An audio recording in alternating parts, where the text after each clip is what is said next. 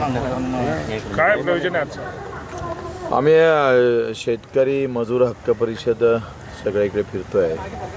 दुपारचे दिव्यांगांच्या सभा घेतो आणि 4 नंतर मग विदर्भातल्या आणि पश्चिम महाराष्ट्रात सगळ्या महाराष्ट्रामध्ये जिल्हा परिषद सर्कल वाईज सभा घेतो. 28 ऑक्टोंबर आमच्या आंदोलनाची तारीख आता निश्चित झाली. त्या आंदोलनाला शेतकरी सगळे आले पाहिजे, शेतमजूर आला पाहिजे आणि दिव्यांग असं एकत्रित ताकद निर्माण करण्यासाठी, आंदोलन मोठं होण्यासाठी त्या सभेचं आयोजन करतो.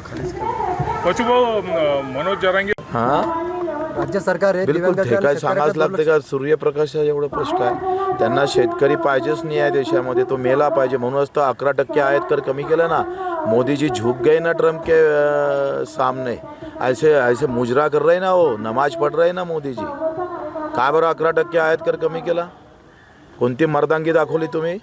आणि आता अमेरिकेतला जेव्हा कापूस आमच्या माथाड्यावर छाताड्यावर शेतकऱ्याच्या आणि त्याचे भाव कमी झाले तर जबाबदारी कोण घेणार आहे? त्या वाढणाऱ्या आत्महत्या म्हणजे तुम्ही केलेला खून नाही आहे का? आज सप्टेंबर ते ऑक्टोबरपर्यंत जर अमेरिकेतल्या गाठी आल्या तर परिणाम माझ्या विदर्भातल्या शेतकऱ्याचा, माझ्या महाराष्ट्रातल्या शेतकऱ्याचा होणार नाही. एकाची ब्रेकिंग नाही आहे. कुठल्या न्यूज चॅनल ते दाखवत नाही. आम्हाला लाज वाटते. का दाखवत ना तुम्ही? भाऊ निवडणुकीच्या आंदोलनाला मुंबईत केले होते. एवढं सांगून आखरी तिथं झाले ना. कारण राज्यभर सर्व त्याच्यावर चालू आहे सध्या. माझं काय मत आहे का, खरी पत्रकारिता अशी आहे का जहाँ कोई जाता नहीं वहाँ हमने जाना चाहिए. जिथं नाही पोहोचत रवी तिथं पोचते कवी. तसं तुमचं पत्रकारितेचं असलं पाहिजे. कारण इथे ह्या दिव्यांगांचे तुम्ही एखादा जर कॅमेरा घेतला तर ते बगर पायानं कसे चालतात, त्यांना डोळे नाही तर ते कसं आपलं जीवन जगत असेल. एखादी स्टोरी याच्यावर केली तर अधिक त्या दिव्यांगासाठी कामी येईल. मला वाटते ते स्टोरी आपण केली पाहिजे. त्याचं घर कसं चालतं, कशा पद्धतीनं समोर जातं, ज्याला अजूनही काय म्हणते मूकबधीर लोक आहे त्यांचे जे अजूनही 10वी नंतरचं शिक्षण नाही आहे महाराष्ट्रामध्ये. एवढा मागासलेला महाराष्ट्र आहे. आता isakal.com आहे देशातील नंबर 1 ची मराठी न्यूज वेबसाईट. प्रत्येक अपडेटसाठी isakal.com ला नक्की भेट द्या. करून हे मराठा हिंदूमध्ये फूट पाडतायत. नितेश राणे म्हणतात. नितेश राणे म्हणजे काय, त्यांच्या उंचीप्रमाणे बोलतात ते. त्यांनी असंही म्हटलं की रोहित पवारांचे कार्यकर्ते उंची किती आहे ते पाय ना. महत्वाचा मुद्दा असा होता की गेल्या वेळेला काय नेमकं आश्वासन दिलं होतं, कारण गुलाल उधळून आंदोलक जे आहे ते परत आले होते. आता पुन्हा ही वेळ का आली असं तुम्हाला काय वाटतं? कसं आहे हे, आता हा प्रश्न मी त्या आंदोलनात नाही आहे, लक्षात घ्या. आणि मी शेतकऱ्याच्या आंदोलनात आहे, मी शेतकरी दिव्यांगाच्या आंदोलनात आहे. आज मी शेतकरी म्हणून बोललो तर मी ओबीसीच्या बाजूनं, मराठ्यांच्या बाजूनं, हिंदूच्या बाजूनं, मुसलमानाच्या किंवा बौद्धांच्या असं नाही बोलू शकत. माझ्या शेतकऱ्यावर, मजुरावर अन्याय होऊ नये. कारण आज माझ्यासाठी सगळ्यात जास्त अडचणीत शेतकरी दिसतं. त्यामुळे इरून फिरून तोच गोष्ट आणत असेल त्याला काही अर्थ नाही ना. माझी जी भूमिका आहे ते शेतकरी म्हणून आहे, शेतमजूर म्हणून आहे. आणि तो सगळ्या जाती धर्मात आहे, लक्षात घ्या. तो सगळ्या पार्टीत आहे. मराठ्यांना कधी अस्पृश्याची वागणूकच मिळाली नाही. मग हा क्रायटेरिया कुठला असू शकतो की अस्पृश्याची वागणूक मिळाली तरच आरक्षण द्यावं? ते चंद्रकांत पाटील म्हणजे ते संघातल्या कुशीतले माणसं आहे आणि त्याच्यावर त्यांचा तो परिणाम पडलेले आहे. तो जो शब्द आहे ना तो त्या तालमीतला आहे. जिथं जसं राहते ना माणूस तसा तो प्रकार आहे. सध्या या आंदोलनावरून पूर्ण राजकारण चिघळलं आणि उपमुख्यमंत्री एकनाथ शिंदे दरेगावला जाऊन बसलेले आहेत. तुम्ही कसं पाहता? तुम्ही तिथं जाऊन विचारलं पाहिजे ना त्याला. मला विचारायची काय? स्थानिक स्वराज्य संस्थांमध्ये भाऊ तुमची जी आघाडी, तुमची आघाडी होईल निवडणुकीमध्ये? ते निवडणुकीचा आता काही विषय नाही आहे. निवडणूक हा वेळेवरचा झोडपा मारा लागतो. आतापासून मारला तर ते पाठवून येईल. तुमच्या आंदोलनाचा शेवटचा टप्पा काय राहणार आहे? फक्त तुम्ही 28 ऑक्टोबरला आम्ही 2 ऑक्टोबर ठरवलं होतं, पण सगळ्या संघटना एकत्रित झाल्या आणि त्यांनी सगळ्यांनी ठरवलं का आपण इतक्या लवकर तयार होणार नाही. म्हणून 28 ऑक्टोबर खरं तर आमचे आंदोलन हे मुंबईकडे कूच करणार. त्यांनी केलं असतं तर किती चांगलं झालं असतं.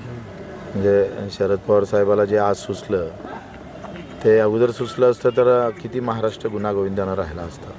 जातीपाती धर्मातलं तेढ राहिलं नसतं. एक चांगला महाराष्ट्र उभा राहताना दिसला असता. पण ते आता सांगतं एवढंच दुःख आहे. सूचना त्यांची लेट आहे एवढंच म्हणायचं असेल. भाऊ तर सीओने काढून टाकले ते म्हणे संविधान विरोधी आहे. हां तर शिवच खरं तर काय माहिती त्याची काय पत्नी कितनी भाजपात असेल साल्याची कुठेतरी आमदार आहे तिथले हां भाजपाचे आमदार आहेत हां त्या मतदारसंघाचे भाजपचे आमदार आहेत. हो ना पण तो शिवही कुठं आता कसं आहे कायदा राहिला कुठं हे तर सगळं यंत्रणा आता भाजपच्या कार्यालयातूनच सुरू केली पाहिजे. जसं ईडी भाजपच्या कार्यालयातून सुरू झाली हे तहसील कार्यालय पोलीस कार्यालय भाजप कार्यालयातून सुरू केली पाहिजे हे तिथूनच ते चालवलं पाहिजे. ते समर्थन देणार किंवा सहभागी होणार त्या आंदोलनात? काय हे जे मतदान चोरीचं आंदोलन सुरू आता हा, याने त्याचं काय पहिले तर माझ्यासाठी आता कसं आहे जेव्हा मतदान येईन तेव्हा मला वाटते मतपेट्या फोडल्या पाहिजे लोकांना. चंद्रकांत पाटील म्हणतात की मराठा समाज हा जातीने मागास नाही आहे, पण EWS आरक्षण जे आहे ते खरं आरक्षण आहे मराठ्यांचं.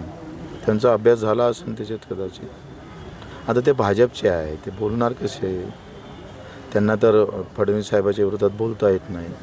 हे सगळे पार्टीचे गुलाम असतं ना त्यांना याचं मनावर नाही घ्यायचं असते. हे पार्टीचे गुलाम लोक आहे. आम्ही गुलाम नाही आहे म्हणून आम्ही बोलू तरी शकतो ना. जसं तुम्ही हां मतलं आहे का काही वोट चोरी झाली का मतदान चोरल्याशिवाय भाजप सत्तेत येतं का हो. कसं आहे श्रीकृष्ण माखन चोर होते हे झाले मताचे चोर जगातले पहिले पाहिले आम्ही. मतं जेव्हा चोरीला जात असेल तेव्हा राहिलं काय लोकांच्या हाती. माझं मतच नाही तर माझं अस्तित्व नाही ना. आणि देशाच्या लोकशाहीचा आत्मा हे मतदान आहे आणि तुम्ही घटनेला सरळ हात लावलेला आहे. तुम्ही घटना चिरफाड करण्याचा प्रयत्न केला आहे फक्त ते फाळून दाखवली नाही पण ते अक्षरशः फाडली आहे. राहुल गांधी उदयनराजे आणि शिवेंद्रराजे भोसले यांनी आता मराठा आंदोलनाचं किंवा जरांगेला पाठिंबा द्यावा त्यांच्यासोबत उपोषणाला बसावं असं संजय राऊत म्हणतात. तुम्हाला काय असं का कधी म्हटलं त्यांनी? असं सकाळी ते तर रोजच म्हणते ना काही ना काही. काय त्याचा विचार करत असेल. भाऊ वोटचोरी विदर्भातले कुणबी मराठ्यांनी काल नागपूरमध्ये सांगितलं की जरांगेंना हे सगळे हे जे आहे ना फुटगीट पडले हे काही याला काही अर्थ नाही आहे. कसं आहे तुम्हाला माहित आहे का सत्ता अशी चीज आहे भाऊ आप भी तो पिघल जाते हो तो ये तो बहुत बड़ी नाही पण शरद पवार साहेबांनी सांगितलं तुम्हारा आधा मीडिया तो किसके पास है पता है आपको. माइक आपके पास ये है खाली लेकिन बातमी किसकी लगाना है कोणाची लावायची हे काही सांगा लागते का रे बाबा तुम्हाला. माझं काय मत आहे का लक्षात घ्या का कायदेशीर कशा पद्धतीनं आखरी मला एक सांगा का या सगळ्या याच्यामध्ये जे काही सर्वे आलेले आहे मराठवाडा हा अतिशय आपण पाहतोय तर दुष्काळग्रस्त भाग आहे. तिथे ओबीसी असू दे का तुमचं मराठा असू दे का कोणी असू दे हा वाद तिथं फार महत्त्वाचा नाही.